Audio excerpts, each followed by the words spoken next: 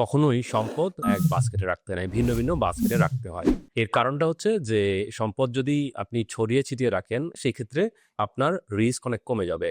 একটা যদি কোনো কারণে নষ্ট হয়, সেক্ষেত্রে আপনার আরো জায়গায় যে সম্পদগুলো রয়েছে সেগুলো আপনাকে ব্যাকআপ দিবে বা আপনি সেফ থাকবেন কিছুটা হলেও। বাট এইটার উল্টা একটা বিষয় নিয়ে কথা বলবো। সো এটার কনটেক্সট হচ্ছে এরকম যে আপনি যদি একজন বিজনেস ওনার হয়ে থাকেন এবং আপনার বিজনেসটা এমন একটা পর্যায়ে যদি যায় যখন একের অধিক ডিপার্টমেন্ট চালু রয়েছে, লাইক আপনার বিজনেসে এইচআর আছে, অ্যাকাউন্টিং আছে, ম্যানুফ্যাকচারিং থাকতে পারে, অপারেশনস, মার্কেটিং বা আরো অন্যান্য জিনিস থাকতে পারে। এরকম যদি আপনার একের অধিক ডিপার্টমেন্ট আপনার বিজনেসে চালু থাকে, তাহলে আপনি যদি এই জিনিসগুলো ম্যানেজ করার জন্য ভিন্ন ভিন্ন সফটওয়্যার ইউজ করেন, তাহলে আপনি রিস্কে থাকবেন। সো এটা হইতে পারে ডিফারেন্ট কোম্পানির সফটওয়্যার ইউজ করতেছেন, এটা আপনার জন্য মোটেও সেফ না, এটা বরং আপনাকে রিস্কে রাখবে।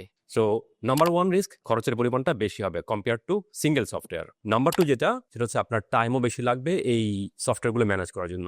লাস্টলি যেটা খুবই ইম্পর্টেন্ট একটা জিনিস, সেটা হচ্ছে আপনি ডেটা ড্রিভেন ডিসিশন নিতে পারবেন না, বিকজ আপনার এই ডাটাগুলো বিভিন্ন সফটওয়্যারে রয়ে যাচ্ছে। সো আশা করি বুঝতে পেরেছেন। সেই ক্ষেত্রে সলিউশন কি? সলিউশন হচ্ছে যে আপনার ইআরপি সফটওয়্যার ইউজ করা। ইআরপি সফটওয়্যার কি করে? সবগুলা বিষয় একটা আমব্রেলার নিচে, একটা সফটওয়্যারের নিচে নিয়ে আস। সো মার্কেটে অনেক ইআরপি সলিউশন আছে। এসএপির নাম আমরা জানি, Oracle, Microsoft dynamic, Odoo ERP,